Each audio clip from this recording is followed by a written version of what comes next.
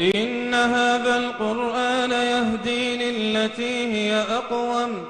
ويبشر المؤمنين الذين يعملون الصالحات أن لهم أجرا كبيرا وأن الذين لا يؤمنون بالآخرة أعتدنا لهم عذابا أليما ويدعو الإنسان بالشر دعاءه بالخير وكان الإنسان عجولا وجعلنا الليل والنهار آيتين فمحونا آية الليل وجعلنا آية النهار مبصرة لتبتغوا فضلا من ربكم ولتعلموا عدد السنين والحساب وكل شيء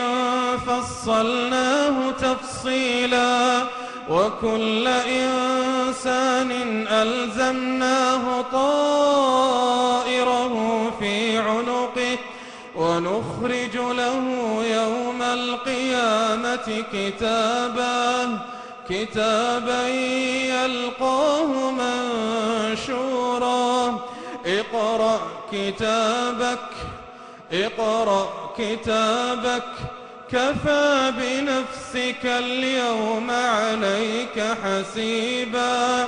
من اهتدى فإنما يهتدي لنفسه ومن ضل فإنما يضل عليها ولا تزر وازرة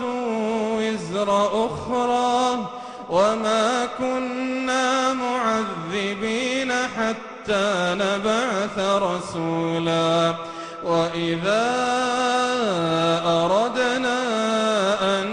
نهلك قرية أمرنا مترفيها ففسقوا فيها